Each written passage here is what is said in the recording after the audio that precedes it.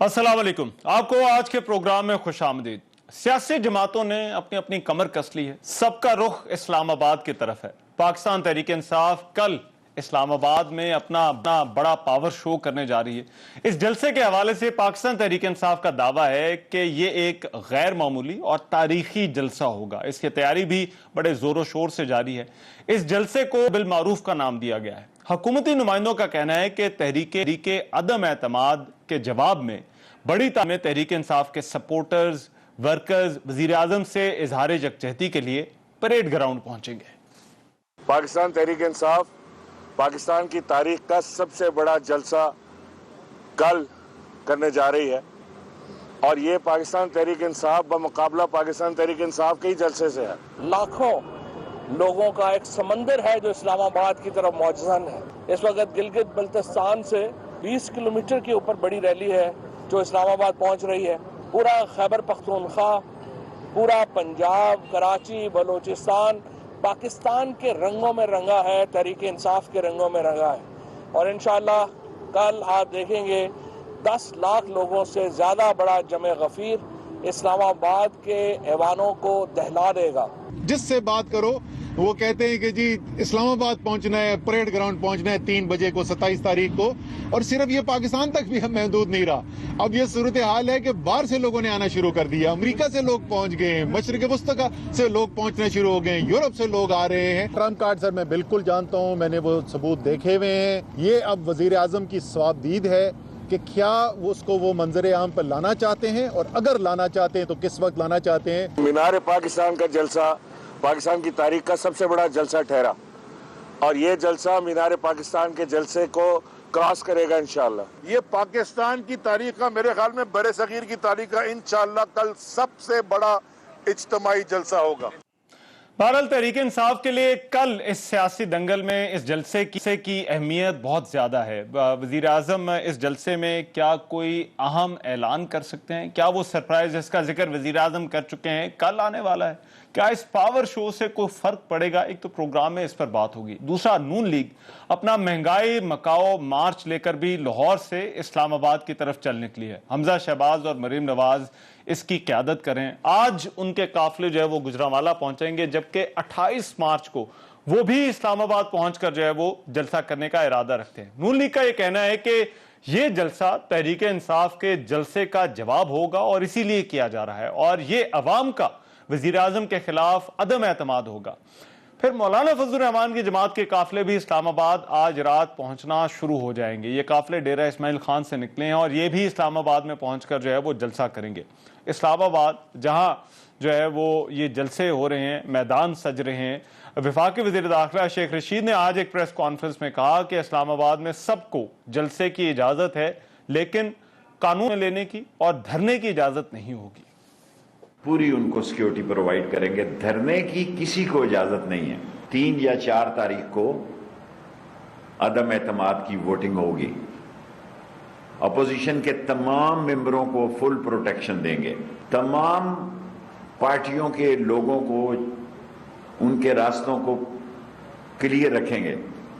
किसी को किसी का रास्ता रोकने की इजाजत नहीं देंगे। ये बात हर कोई कान खोल के सुन ले, अच्छी तरह कान खोल के सुन ले कि अगर किसी ने कानून को, अमन व अमान को हाथ में लिया तो कानून उनको हाथ में लेगा।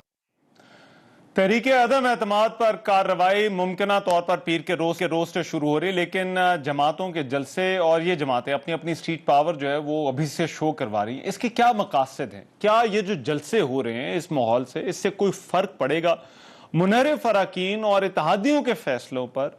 इन जलसों से कोई असर, इन जलसों का कोई असर होगा? एक तो इस पर प्रोग्राम में बात होगी। दूसरा आम मामला, इत्तेहादियों ने अभी तक तहरीक अदम एतमाद के हवाले से हतमी फैसला नहीं किया। मुलाकातें आज भी होती रही, हुकूमत कोशिश कर रही है। तहरीक अदम एतमाद पर वोटिंग की तारीख के साथ साथ इनकी मुशावरत भी तवील होती जा रही है। इन इत्तेहादी जमातों की तरजीहात आखिर हैं क्या? वो क्यों फैसला नहीं कर पा रहे कि हुकूमत के साथ खड़ा होना है या अपोजिशन के साथ? क्योंकि अगर इत्तेहादी इस सूरत हाल में फैसला कर लेते हैं तो ये जो सियासी गैर यकीनी की सूरत हाल है, इससे निकला जा सकता है? इत्तेहादियों के फैसले करने में क्या रुकावट है और ये मशाल की जो है ये क्यों तवील होती जा रही है? इस पर भी प्रोग्राम में जो है वो बात होगी। प्रोग्राम के पहले हिस्से में मेरे साथ ज्वाइन कर रहे हैं वफाकी वजीर अली जैदी, जो कि जलसागाह में मौजूद हैं जहां पर पाकिस्तान तहरीक इंसाफ अपने जलसे की तैयारी कर रही है। अली जैदी साहब, बहुत शुक्रिया।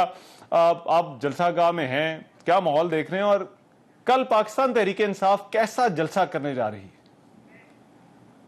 जो हालात मैं देख रहा हूं और जो पूरे मुल्क से राब्ते हैं और जो लोग आ रहे हैं और सिंध से भी दूर दूर से आ रहे हैं, कराची से पूरी ट्रेनें आई हैं, मैं समझता हूं ये पाकिस्तान की तारीख का नहीं, मेरे ख्याल में बड़े सगीर की तारीख का सबसे बड़ा कल इज्तिमाई जलसा होने जा रहा है इंशाअल्लाह। और अच्छा अली जैदी, है तो बहुत बड़ा ग्राउंड, लेकिन मुझे लगता है ओवरफ्लो हो जाएगा। अच्छा, तो अली जैदी साहब, क्योंकि आपकी हुकूमत भी है, एक दोहरी कैपेसिटी है और अपोजिशन भी आगे जो है वो जलसे कर रही है, तो अपने जलसे का मवाजना आप अपोजिशन के जो अगले दिन जो है वो जलसा है उसके साथ किस तरह से करते हैं? और ये पावर शोज जो दोनों जमातों की तरफ से हो रहे हैं, तो इसको आप किस तरह से देखते हैं कि आपका जलसा क्या फर्क जो है वो डाल सकता है?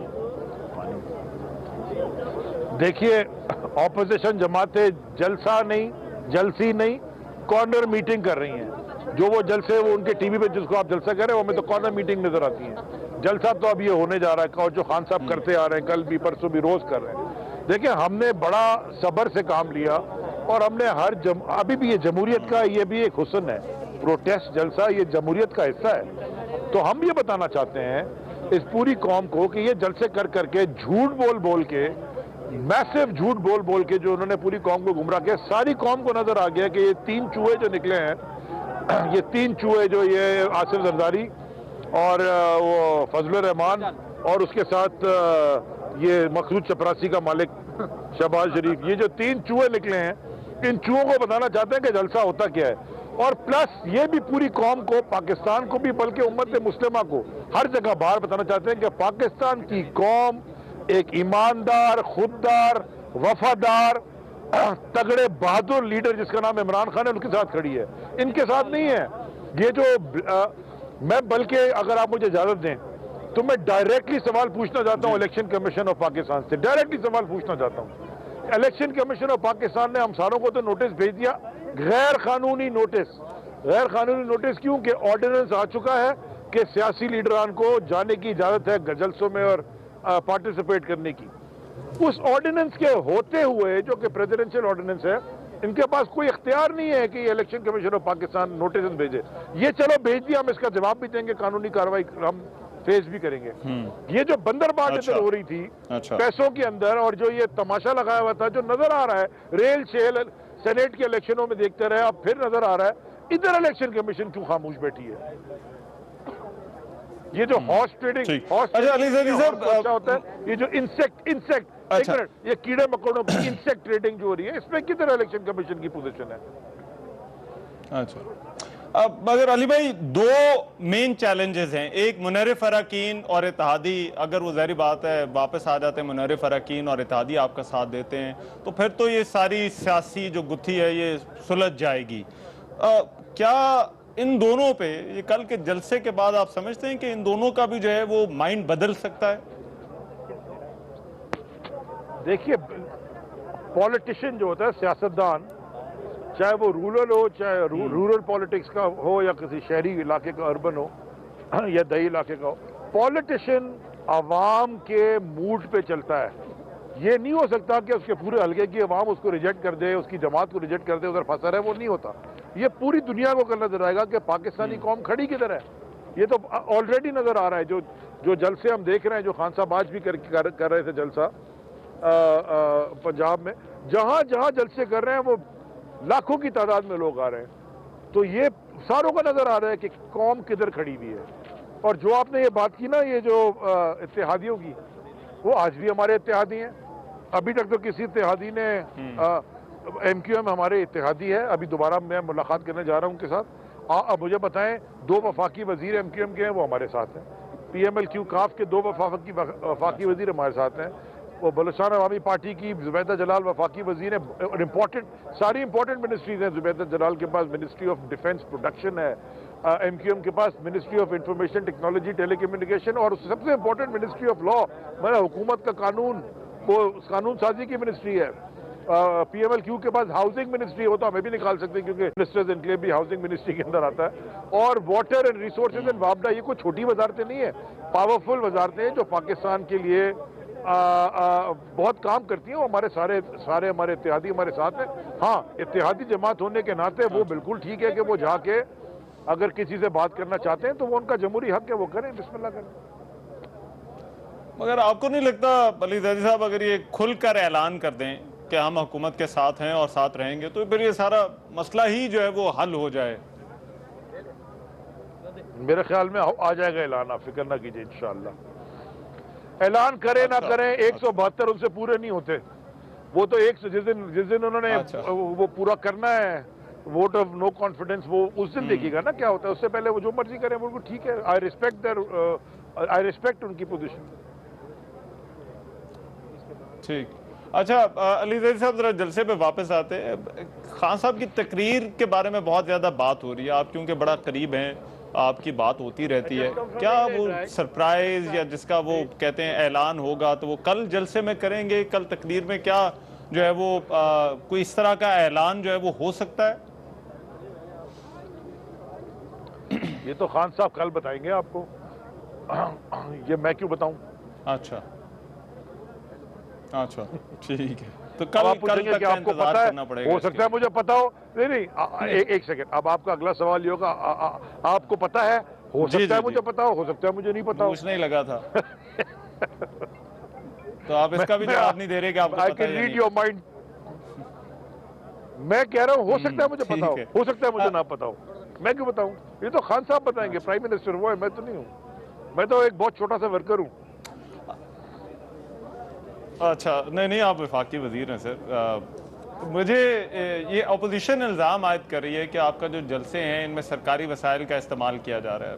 इसको आप किस तरह से देखते हैं? ये इस इल्ज़ाम पर क्या कहते हैं? ऑपोजिशन ने कभी जिंदगी में सच बोला है जो आप सच बोलेंगे? मैंने आसिफ जरदारी सच बोलेगा, वो मौलाना तो है ही नहीं। फजलुर रहमान कभी सच बोलेगा, मकसूद चपरासी का मालिक कभी सच बोलेगा। इन्होंने सच कब बोला है? ये तो उनकी वो कल जो मरियम का बयान था, मैं तो देखता हूँ ना कि इनकी जो टीवी पे नजर आते हैं, इनकी तो हवाइयाँ उड़ी हुई हैं। वो कह रही है गीदड़ की खाल पहन के कोई नवाज शरीफ नहीं बन जाता।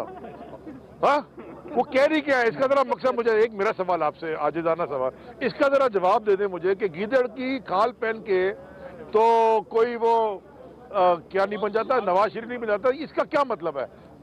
और वो टांगे नहीं, क्या कांपे टांग रही है का क्या मतलब है? ये होता क्या है? ये घबरा गए हैं, इनसे ना उर्दू बोली जा रही ना अंग्रेजी बोली, इनको कुछ पता ही नहीं। असल में बड़ा जबरदस्त काम किया है, जो कि खान साहब कई जमाने से कहते हैं ना, ये सारे तीनों जो चूहे एक डिब्बे में इकट्ठे हो गए ना, वो जब देखे वो कहते हैं ना एक बॉल से 3 विकेट गिराऊंगा, वो विकेट की किसी पे भी बॉल लग जाए बैट्समैन आउट हो जाता है। तो ये विकेट पे तो, और मैं सिर्फ एक बात कहना चाहता हूं आपको, आपके सवाल का जवाब दे दूं जी। कल खान साहब ने नया गेंद ले लेना है। क्रिकेट की टर्मिनोलॉजी में आपको समझ आ जाएगा कि नया गेंद लेने का क्या मतलब होता है। ठीक हो गया जी? अच्छा, तो इसका मतलब क्या ये निकाला जाए कि जो 27 मुझे पता है कि आप थोड़ी क्रिकेट भी खेलते हैं। 28 को मुझे पता है आप क्रिकेट खेलते हैं। सर, मैं इसीलिए आपसे पूछ रहा हूँ, जब नया बॉल आता है तो खेल में थोड़ी तब्दीली आती है, तो वो क्या गेम जो है वो चेंज हो जाएगा? 5-6 स्लिपें लगेगी, सिली पॉइंट लगेगा, फॉरवर्ड शॉट लेग लगेगा, तेज गेंदें होंगी, मजा आएगा कल, और कल के बाद और मजा आएगा। अच्छा, ठीक है। अली जैदी साहब, बहुत शुक्रिया कि वजीर अली जैदी हमारे साथ मौजूद थे। वो जलसा गाह में मौजूद है जहाँ पर पाकिस्तान तहरीक इंसाफ जो है वो इस जलसे की तैयारी कर रही है। लेकिन इन जलसों से, ये तहरीक इंसाफ का जलसा है, उसके बाद मुस्लिम लीग नून का जलसा है, क्या फ़र्क पड़ेगा इन जलसों से? क्या सियासी सूरत हाल जो तहरीक अदम एतमाद है उसमें क्या तब्दीली आएगी? इस पर हमारी गुफ्तगू जारी रहेगी। मैं एक ब्रेक के बाद वापस आ रहा हूँ।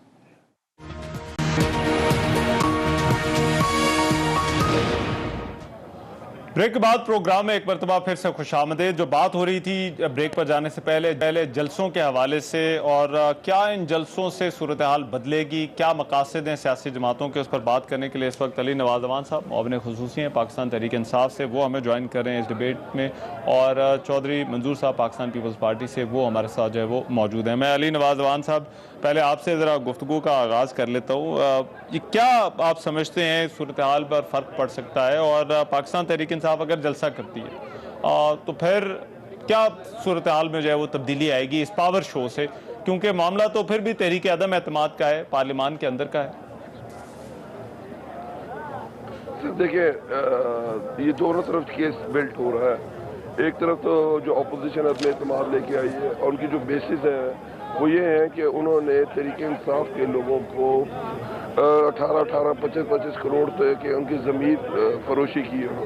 और दूसरी तरफ ये जो केस है ये बिल्ड किया जा रहा है, और अपना मैसेज जो है प्राइम मिनिस्टर इमरान खान आवाम के अंदर लेके गए हैं कि वो लोग जो प्राइम मिनिस्टर इमरान खान और तहरीक इंसाफ के वोट लेके आए थे, वो किस तरह उन्होंने ज़मीन फरोशी की, किस तरह पीपल्स पार्टी, नून लीग और मौलाना फजल रहमान ने अपने उस हराम के पैसे से उन लोगों की ज़मीर खरीदे, और किस तरह उन्होंने एक डिफेक्शन की है। और लोगों के अंदर देखिए 1996 के अंदर जो प्राइम मिनिस्टर ने पार्टी बनाई थी, तो सबसे बड़ा इशू क्या प्राइम मिनिस्टर ने उठाया, एहतसाब का, करप्शन का, और इससे पहले तो ये इश्यूज होते ही नहीं थे पाकिस्तान के अंदर। आपने देखा पाकिस्तान पीपल्स पार्टी ने 89-90 के अंदर जो अदम एतमाद आई थी, तो मिडनाइट ऑपरेशन जिकाल किया था, सवात के अंदर उठा के लोगों को ले गए थे।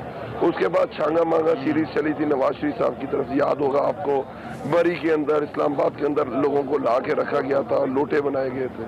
फिर 2008-13 के अंदर देखा होगा कि शहबाज शरीफ साहब ने एक 55 काफ लीग के लोग जो काफ लीग की टिकट पे जीत के आए थे, मानिका साहब को उनको हेड कराते उनको डिफेक्शन कराई थी, और 5 साल वजीर आला रहे थे, और पीपल्स पार्टी उनके साथ अलायंस के अंदर थी।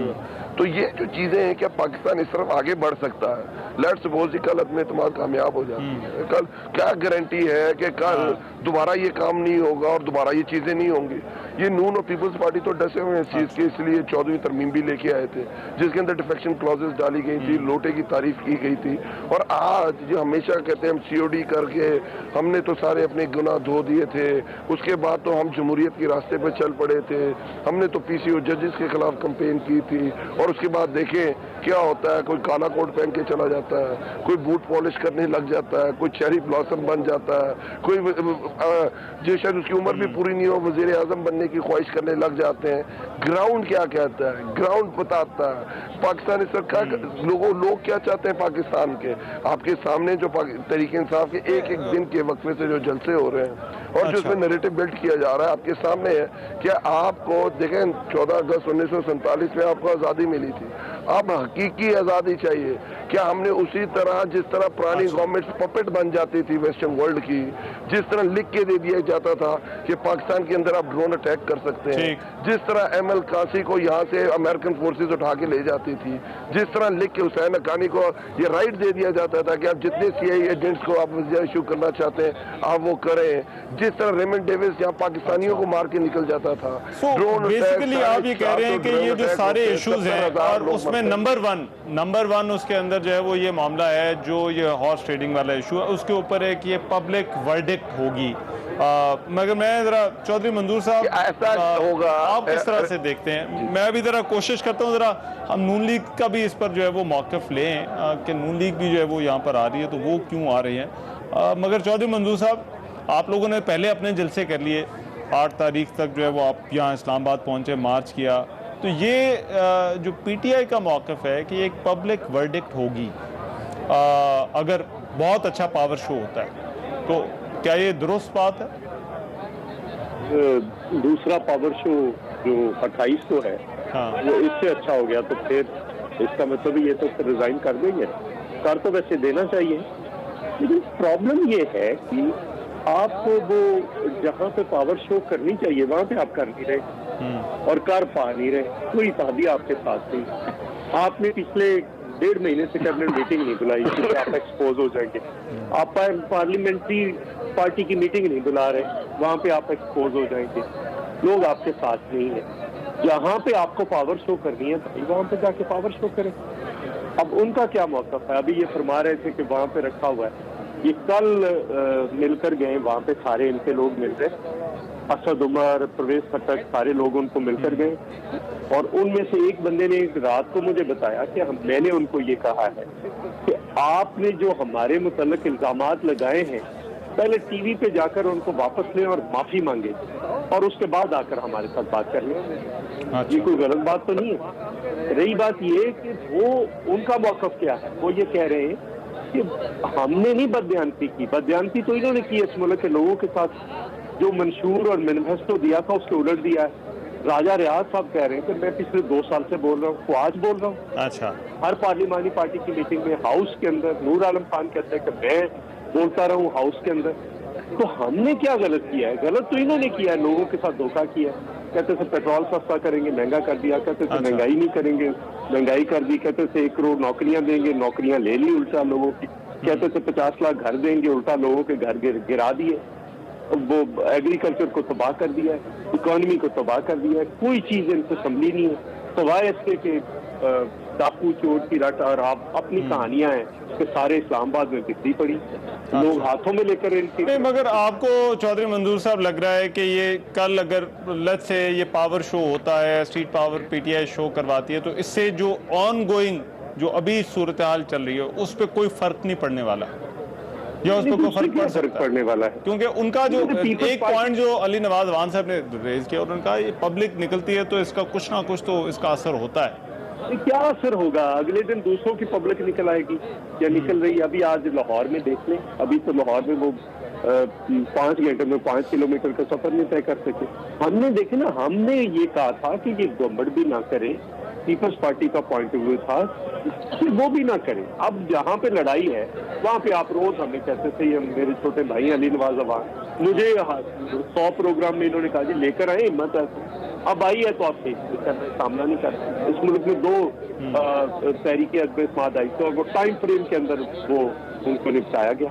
यहाँ पे क्या है, वो आर्टिकल 95 अलग है, इसने 2 बार सबवर्जन की है, 2 बार आइन तोड़ा है इस स्पीकर ने। एक बार 95 को 7 दिन के अंदर आपने अलग से फर्ज कर ले कि अजलास ना बुलाया होता, रेजोल्यूशन जमा ना हुई होती, अकेली नो कॉन्फिडेंस होती, तो फिर आप पहले 14 दिन इंतजार करते, फिर उसके बाद 7 दिन शुरू करते। अच्छा, कैसे हो सकता है? तो आप इन दोनों चीजों को अलग अलग देख रहे हैं। अली नवाज अवान साहब देखिए, चैलेंज एक जो तरीके अदम एतमाद वाला है, उसमें अगर उस चैलेंज पर आए, अब बतौर सियासी जमात आप अपना शो कर रहे हैं, लेकिन जो चैलेंज है उसमें 2 अहम है। एक मुनहरिफ अरकान है, वो आपके साथ वापस आ जाएं, और दूसरा जो इत्तेहादी अभी तक तो वो हुकूमत का हिस्सा है लेकिन खुलकर वो ऐलान उस तरह से जो है वो नहीं करे। तो अगर जलसे की बात करें, इस जलसे से आपको लगता है ये जो दोनों ग्रुप्स हैं, या पीटीआई के डिसिडेंट्स हों या जो है वो इत्तेहादी हों, इनका माइंड चेंज हो जाएगा इस जलसे के बाद? उधर को फर्क पड़ सकता है, या ये मकसद है मंजूर भाई ने की उसका नहीं, मंजूर भाई ने बातें की, उन्होंने कहा कि मंशूर का सारा उन्होंने उल्टा किया है। तो जो राजा रियाज जब इन्होंने पीपल्स पार्टी छोड़ी थी, जो उन्होंने बातें की थी उसको भी हम सच मान लेते हैं। उन्होंने कहा था कि जरदारी सबसे बड़ा चोर है। अच्छा। और जरदारी सबसे बड़ा चोर है, पीपल्स पार्टी से ज्यादा चोर जमात कोई नहीं है। राजा रियाज कहते थे पंजाब में पीपल्स पार्टी खत्म होकर रह गई है। अगर हम मंशूर की बात करें तो पीपल्स पार्टी का मंशूर था रोटी कपड़ा मकान, गंदम चोरी करके रोटी पूरी की है, कपड़ा इन्होंने कफन की सूरत में लोगों को दिया है, मकान तो आप छोड़े जिनके थे वो कच्ची बस्तियां गिरा के झुग्गियों को आग लगा के तो इन्होंने अपनी इमारतें खड़ी की हैं। कराची के अंदर नालों के अंदर तो इन्होंने बिल्डिंगें खड़ी की हुई है। नेस्ला टावर्स का केस आपके सामने है। वो उस पे जरा आ जाएं, ये जलसे से फर्क क्या पड़ता है? नहीं पड़ता। आप 3.5 साल से ये कह रहे हैं गवर्नमेंट कल गई परसों गई, हम अदम एतमाद लेके आएंगे, हम ये करेंगे। सेनेट के अंदर अदम एतमाद लेके आए थे, क्या हुआ इनकी अदम एतमाद के साथ? यही हाल इनका यहाँ होगा। ये खड़े किस चीज के ऊपर है कि मुनहरिफ अरकान में से 2 तो अभी तक अपना शो कॉज नोटिस का जवाब भी दे चुके, रमेश साहब और देहड़ साहब, और बाकी भी आप देखिएगा थोड़े। ये जो पब्लिक प्रेशर पड़ता है, ये जब आप लोगों की जमीर खरीदते हैं ये पीपल्स पार्टी वाले, इनकी तो हमेशा रवायत ही ये रही है कि अभी के अंदर 5 MPs थे इनके, 2 सेनेटर बनवा लिए, उसमें 17 मुनर्रिफ वकील ने तरीके इंसाफ के कुरान शरीफ पे हाथ रख के कहा था हमने कोई पैसे नहीं लिए। 1.5 साल पहले उनकी वीडियोज आ गई, पीपल्स पार्टी के लोग उनको पैसे दे रहे हैं और उनमें से एक बंदा कह रहा है ये पैसे मेरे बच्चों को दे दे, मैंने तो कुरान पे हल्फ लिया हुआ है। ये इस चीज को कॉन्स्टिट्यूशनल कहते हैं। इनको ये स्पीकर की ये चीज तो इनको बुरी लग रही है, इनको सिंध के अंदर नजर नहीं आता जो रवायात, जो कल्चर, जो जमहूरियत जिसका ये रोग अलापते हैं रोज, उसके अंदर एक बंदा ऑपोजिशन का स्टैंडिंग कमेटी का मेंबर नहीं है, जिसका कहा था PEC का जो चेयर बनेगा वो ऑपोजिशन लीडर बनेगा। वहां कोई है नहीं है।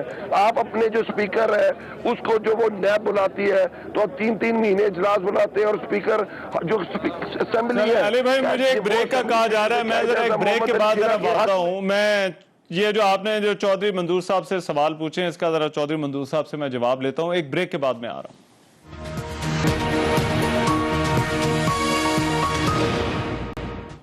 ब्रेक के बाद प्रोग्राम में एक मरतबा फिर से खुशामदीद। जो बात हो रही थी कि जलसे क्यों हो रहे हैं और क्यों इस वक्त तहरीक इंसाफ ये चाहती है और तहरीक इंसाफ के जवाब में मुस्लिम लीग नून और जमीयत उलमा इस्लाम ये चाहते हैं कि वो जलसे करें और अपनी पावर जो है वो शो करें। चौधरी मंजूर साहब, एक नुक्ता, वो तो पीपल्स पार्टी पर जो तनकीद किए आप उसका जवाब दे सकते हैं, लेकिन जो एक नुक्ता अली नवाज अमान साहब उठा रहे हैं वो ये कि मकबूलियत जब होती है तो उससे चेंज ऑफ हार्ट, मकबूलियत अगर शो हो जाए तो उससे चेंज ऑफ हार्ट हो सकता है, चाहे वो मुनर्रिफ अरकान हो या इत्तेहादी हो, सब सियासी लोग हैं। नहीं, मुझे ये बताएं कि वो अपने कॉन्सिक्वेंसेस फेस करने के लिए तैयार है, इत्तेहादी इनके साथ ये कहाँ पे खड़े, ये अपना से पहले बताएं। कोई बंदा इनके साथ चलने के लिए तैयार, और ये है कि बस गालियों पे गालियां दिए जा रहे। अगर ये कुछ नहीं कर पाए 3.5 साल के अंदर, तो अब ये क्या समझते हैं कि इस तरह से गालियां देके तो लोगों को दोबारा से नए सिरे से ये ले आएंगे? बिल्कुल नहीं होगा, और ये कुछ भी नहीं कर पाएंगे। अच्छा, तो इसलिए मैं ये कह रहा हूँ कि बजाय रहे ये सीधा बात करें कि आप ये चीज है और इस पे हम ये करने के लिए तैयार हैं और वो करें जो कुछ ये कर सकते हैं। मगर चौधरी साहब, एक चैलेंज जो शायद ऑपोजिशन जो है वो देती रही है हुकूमत को कि हुकूमत जो है वो अनपॉपुलर जो है वो हो चुकी है, तो तहरीक इंसाफ का, वज़ीर आज़म का इस तरह से जलसा करना, क्या उस पर कोई फर्क पड़ता है या नहीं पड़ता? नहीं, पॉपुलैरिटी का तो पता चलेगा जब ये तब पता चलेगा ना, वरना क्या पता चल सकता है? वरना तो एक जलसा जिस तरह से ये आज आ रहा है कि ये जलसे में लोगों को, हर जिले को, एडमिनिस्ट्रेशन को कह रहे हैं कि 400 बस दे जहाँ से बस, अब वो एडमिनिस्ट्रेशन करने के लिए तैयार नहीं है। ये बात इनको समझ नहीं आ रही। ये तो खेल खत्म हो चुका है। ये तब होता है जब आप चीजें कर रहे हों या कर सकते हों, फिर ही होता है ना। अच्छा, तो जब आपकी गवर्नमेंट चल रही हो, गवर्नमेंट तो नहीं है इस वक्त, पिछले 1.5 महीने से तो कैबिनेट नहीं हो सकती, तो गवर्नमेंट किधर है? गवर्नमेंट तो कहीं नहीं है। पाकिस्तान का सारा ये जो OIC का इन्होंने बनाया, इतना हाइप क्रिएट की, तो OIC तो 4 महीने पहले भी हुई थी ना, यही गुजरा खर्चा आए थे पाकिस्तान। तब क्या हाइप थी? कोई नहीं थी। तब कौन सा है और इसमें कौन सा इन्होंने, जहाँ तक ये है कि अली नवाज अवान साहब को शायद तारीख का नहीं पता है। पीपल्स पार्टी ने हर दौर में रोटी भी दी है, कपड़ा भी दिया है, मकान भी दिया है। पीपल्स पार्टी ने 5 मरले, आज भी पीपल्स कॉलोनियाँ और भुट्टो कॉलोनियाँ हर जगह पे मौजूद है।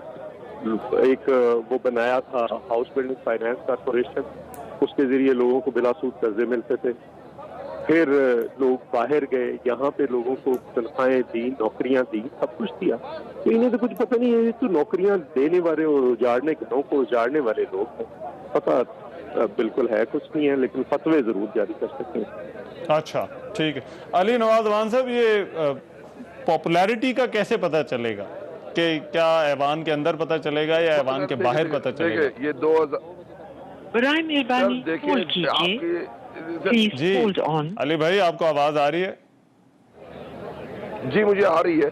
अच्छा, मुझे बड़ा मजा आ रहा है मंजूर भाई की बातें। जी जी अली भाई, ये पॉपुलैरिटी वाला जो सवाल था कि पॉपुलैरिटी का कैसे पता चले, मैं इसका जवाब दे देता हूँ। पीपल्स पार्टी हमसे जी जी। मैं कह रहा हूँ पीपल्स पार्टी हमसे ये पूछ रही है पॉपुलैरिटी लूज कर गए। 2008-18 के इलेक्शन में पीपल्स पार्टी का कोई टिकट लेने को तैयार नहीं था जी। मेरे जो मंजूर भाई कसूर से खड़े हुए थे, 1 लाख लगभग 1 लाख वोट से आ रहे थे। लोग जरदारी साहब का शक्ल उस पोर्ट्रेट पे लगाना नहीं चाहते थे। ये हाल था पॉपुलैरिटी का, और आज भी ये हाल है पीपल्स पार्टी का। पीपल्स पार्टी रूरल सिंध की जमात होकर रह गई है। और जो 13.5 साल सिंध के अंदर इन्होंने किया है कि कराची के अंदर, आपको पता है पूरे सिंध के अंदर कोई एम्बुलेंस सर्विस नहीं है, कोई इंफ्रास्ट्रक्चर डेवलपमेंट प्रोग्राम नहीं है इनके पास, कोई एक मोटरवे नहीं बना सकी सिंध की गवर्नमेंट। कराची के लिए कोई ट्रांसपोर्ट प्रोग्राम नहीं दे सकी है आज तक पानी कराची के लिए पानी नहीं दे सकी है। इवन नाले फेडरल गवर्नमेंट आके साफ करती है। आपको वहाँ एड्स वहाँ फैल रही है, कुत्ता काटने की दवाई वहाँ अवेलेबल नहीं है। और मंजूर भाई कह रहे हैं कि भुट्टो साहब ने किए होंगे, बड़े लीडर थे भुट्टो साहब। खुदारा भुट्टो साहब को फौत हुए 50 साल हो गए हुए हैं। खुदारा आपने क्या किया ये लोगों को बताया 13.5 साल में। हम तो आपको बता रहे हैं इस कौम को कोरोना से बचाया हमने। इस मुल्क पाकिस्तान में इस वक्त 75% जो लोग हैं जिनको वैक्सीनेटेड, फुली वैक्सीनेटेड है 12 साल से उम्र से ज्यादा। इस मुल्क में से सहूलत कार्ड का निजाम लेके आए, हर खानदान को 10 लाख इंश्योरेंस दी है हमने। इस मुल्क को फॉरेन आजाद एग्रीकल्चर फॉरेन पॉलिसी दी है हमने। आपके दौर में 450 ड्रोन अटैक हुए थे। जरदारी साहब कहते थे कि मैं लोगों को ऊपर से तनकीद करता रहूंगा, कोलैटरल डैमेज होता रहता है।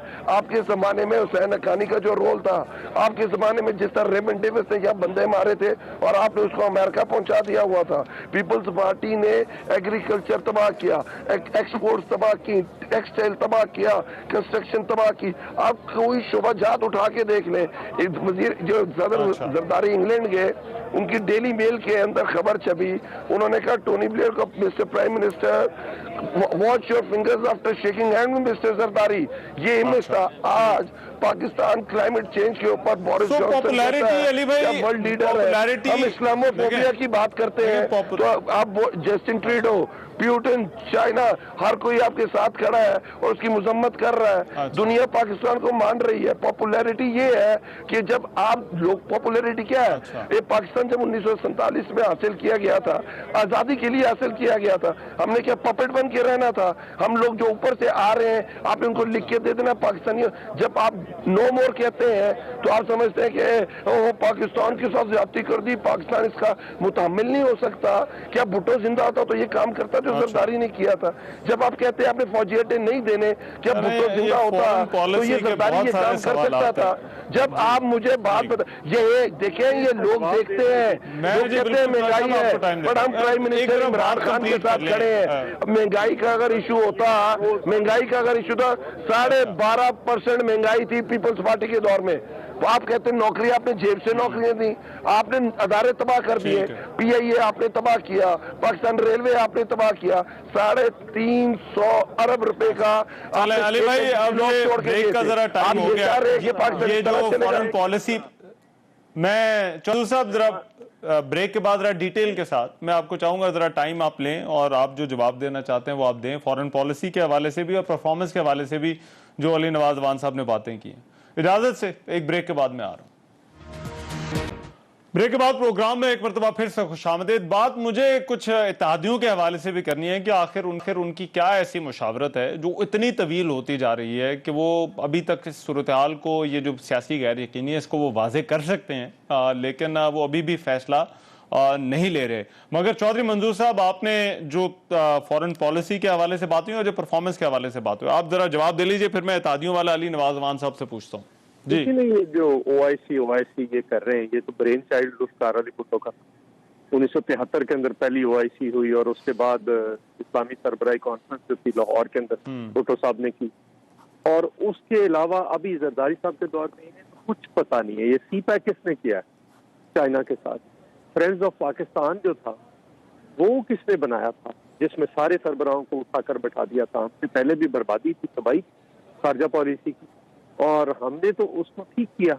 लेकिन ये जो है, ये बस अपनी बढ़ के मारते रहते हैं और ये इस किस्म की बातें करते रहते हैं, पता कुछ नहीं है। अच्छा। हमसे पहले जो पीपल्स पार्टी की गवर्नमेंट आई थी उससे पहले तो याद है यहाँ पे आटे की तकसीम पर लाहौर में 3 बंदे कर गए थे, चीनी शॉर्टेज थी, फिर पाकिस्तान पीपल्स पार्टी गई तो आपस आप मुझे चलो एक कंपेरिजन में स्टॉलिंग देके कहता हूँ, यही प्रोविंशियल की सड़क जो है वो पंजाब की सड़क से कंपेयर कर ले। आप मोटरवे से उतरे और सरकोट मोटरवे से उतरे और आफताबाद जीटी रोड से, ये नंबर 1 की हालत है।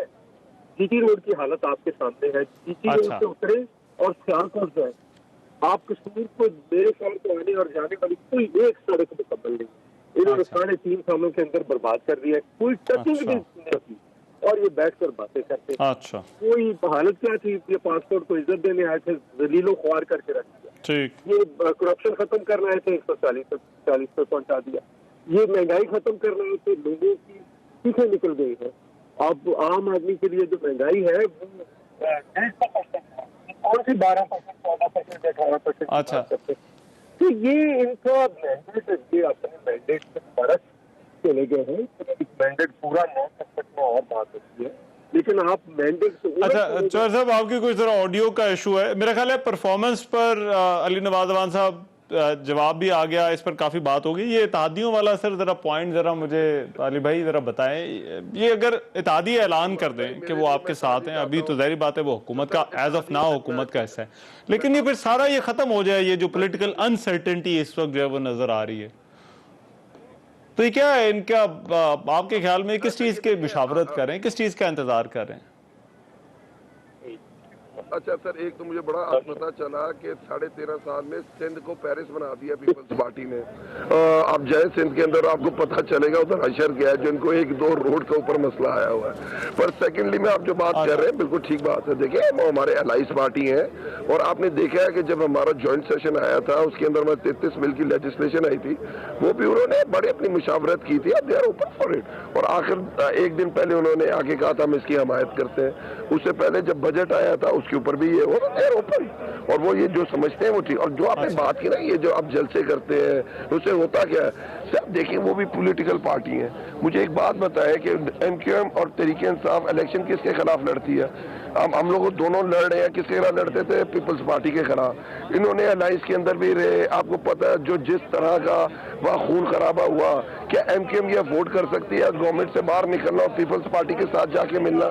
काफ लीग मुझे बताए कि काफ लीग के खिलाफ हमें अपने बंदे नहीं खड़े किए थे, काफ लीग के 5 बंदे जीते हैं। आप मुझे ये बात बताएं कि काफ लीग कल इलेक्शन होता है तो मुझे बात बताएं कि काफ लीग किसके साथ अलायंस के साथ जाना चाहेगी, काफ लीग किसकी देखेगी? आप जब आपकी ये वेव चलती है, जब आपके लिए लोग निकल रहे होते हैं, तो हकीकी लीडर मान रहे होते हैं, तो आप पॉलिटिकल फैसले करने होते हैं। 1 साल बाद इलेक्शन है, 1.25 साल बाद इलेक्शन है। आज आप अलायंस से निकलेंगे, किसके साथ बैठेंगे? आप नून लीग के साथ बैठेंगे, उधर पीपल्स पार्टी के साथ।